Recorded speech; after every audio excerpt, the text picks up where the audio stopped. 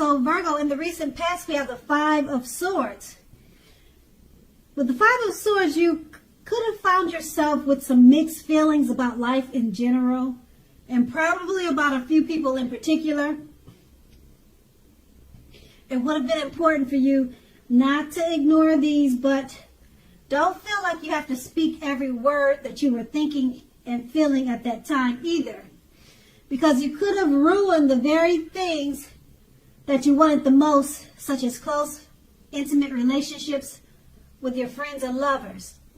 So you needed to think several times before you really let someone have it, even if you knew they deserved it. You would have needed to pick your battles at that time. And that's the Five of Swords. It's paired with the Six of Swords. Now, this would have been a great time for travel of any sort, as you can see in the picture. It can also indicate metaphorical movement, a change in where you are inwardly. Usually this is a change for the better, whether the context is internal or external. So you would have needed to think about where you wanted to be at that time. Now, the Six of Swords shows at least a slight reduction in stress and strain. Things may not be perfect, but they're going to be better than they have been in the recent past. So you should have taken this time to get your head above the water and decide where you're going from here. Even short breaks or change of scenery would have been helpful to you at that time. And just keep in mind, it wouldn't have had to cost a lot of money. Could have been just walks around the park. Just something simple that involved movement and probably exercise. Or exercise or travel. And so that's the recent past. Now let's move on to the present. We have the Six of Cups. Now this card, it's about nostalgia. You're looking back on how things used to be. It can be, but not always connected with children or childhood. It's going to be important for you not to spend too much time and effort thinking about the good old days. We all have happy memories to reflect on from time to time. But if we start thinking that the best of years have all gone by, then that can actually become a self-fulfilling prophecy. That's with the Six of Cups, and it's paired with the Three of Cups. Now, this card is considered to be a card of reunions. But it's not always romantic reunion. Not always, but it can be.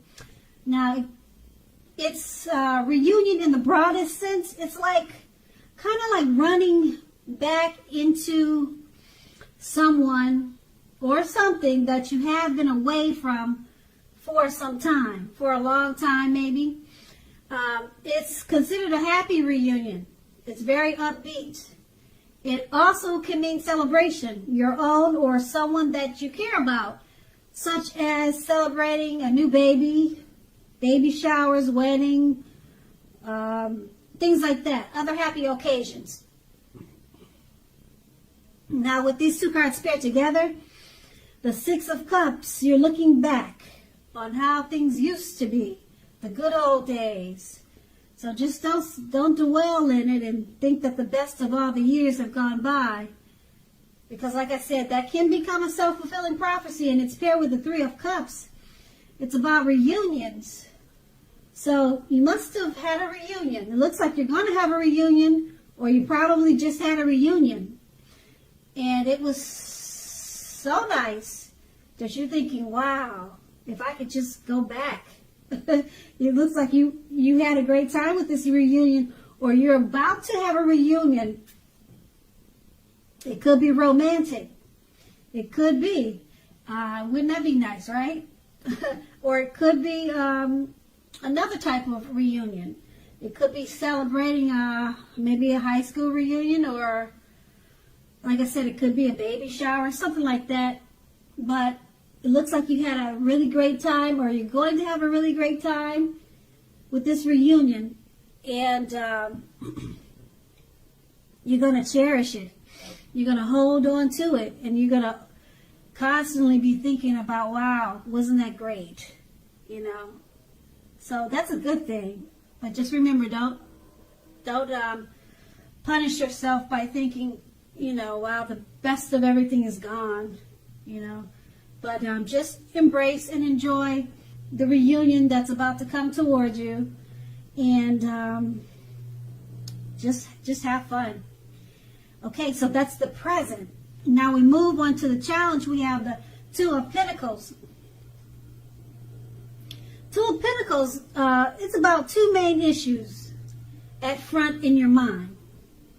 You may need to pull back from trying to pay attention to quite so many things, because right now multitasking is not going to be your friend. It's not your friend right now. You'll probably have to cut down on things that you're doing in order to focus on, let's say, two main things, two main priorities. Your financial situation, it probably needs to be more balanced. The Pentacles are that's money. And you see how he's trying to balance those two Pentacles? So it's, you see in the picture, he's trying to balance them out like he's juggling, and he's got to level it out.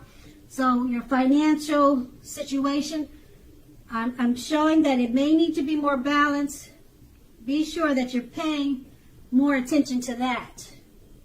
Okay, so that's the Two of Pentacles. It's paired with the Page of Pentacles. Now, the Page of Pentacles is about boredom. You could be tempted to say or do things to shake things and people up just for a little excitement. You want to rethink that impulse at this time. Find a better use of your energy. Just know that excitement can be created. Now, the Page of Pentacles is it's an excellent energy to support you when you have tedious work to get accomplished. The Page can give you focus, backbone, and the will to stick to a task that's not necessarily glamorous or fun. So with these two cards paired together, the Two of Pentacles, you need to balance your finances. Balance your finance, balance your dividends, balance your money.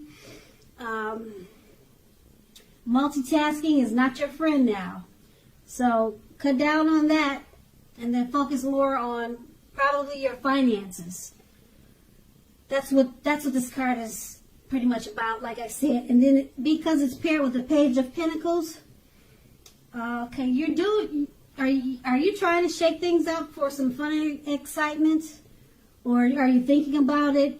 Because that's what the Page of Pentacles is showing. Whereas you should be more focused on your finances. So you want to use that energy. You're going to have a lot of energy with the Page of Pentacles. And it's saying that you need to rethink the impulse to find a better use of your energy, even if you're not thinking of shaking things up to help you with your boredom and give you a little excitement. If you're not thinking about that, you just need to focus this energy. You're going to have a lot of energy, and it's going to be a great energy to get tedious work done that you've been probably putting off. It's a great energy to use for that, and it gives you backbone and will to stick to tasks that's not fun, that you've been putting off. So use that energy that you're going to have with the Page of Pentacles, and forget about shaking things up, and focus on the finances with the Two of Pentacles, and focus on getting tedious work accomplished. And that's going to be the challenge. Now we move on to the outcome. We have the Knight of Pentacles. Now this card points to messages, often with regards to money and finance, but it could go either way. You are likely to finally maybe receive news. Well, yeah, with this card it's about receiving news, it's messages. Okay, so you should be receiving news that you've been waiting on. This news is going to be good news, because the Knights, it's a very practical card. It tells you to pay attention to the mundane and normal parts of your lives. You probably heard the saying before that if you take care of the little things, the big things will usually fall into place. Well, that's what the Knights is speaking about. It asks you to look at how you're handling your affairs, and it's a very grounding influence. That's the Knight of Pentacles, and it's paired with the Nine of Swords. With the Nine of Swords, you will need to guard against feelings of anxiety. If you're feeling anxious, take a good look at whether or not any of this is under your own power or control. Try to lessen it. Try to lessen it. Or if other things or people in your life are contributing to this anxiety, you need to find out, okay? If it is because of people, take a look at that and see whether or not something in the relationships can be changed to make it more workable for you. There's something about this time period that causes people to feel like their life should be in some way or more bigger than it is. So what you need to do is try to take comfort and joy in the ordinary things. That's where the beauty really is. With these two cards paired together, the Knight of Pentacles, it's about messages. Good news messages. It's coming in. It's coming to you. Okay? It's going to make sure that you focus on the mundane and normal parts of your lives. That's another thing that you should do. Okay, with this Knight of Pentacles. But your finance and money is probably a part of the news. So I wish I could tell you what the good news was, but all I know is with this card, the Knight of Pentacles, it's a good news message coming in, and it could be about money. Okay, Pentacles are it's money. Pentacles always stand for money. And that's not a bad thing. That's a good thing. And then it's paired with the Nine of Swords. So there's going to be some anxiety in regards to this good news. So you need to handle that anxiety and make sure that you keep it under control. Okay? And this good news, like I said, it's going to be a part of the anxiety. So who knows, maybe you hit the lottery and you're worried about what you're going to do with all that money. So I wish you good luck with the good news. And you probably don't need it, but that's a great thing. These two cards right here, just focus on where to put your anxiety and balance that out, because the good news that's coming in about finances, should take care of itself. And that's going to be the outcome. So Virgo, I hope this resonates. As you know, general readings, they don't always resonate with everyone.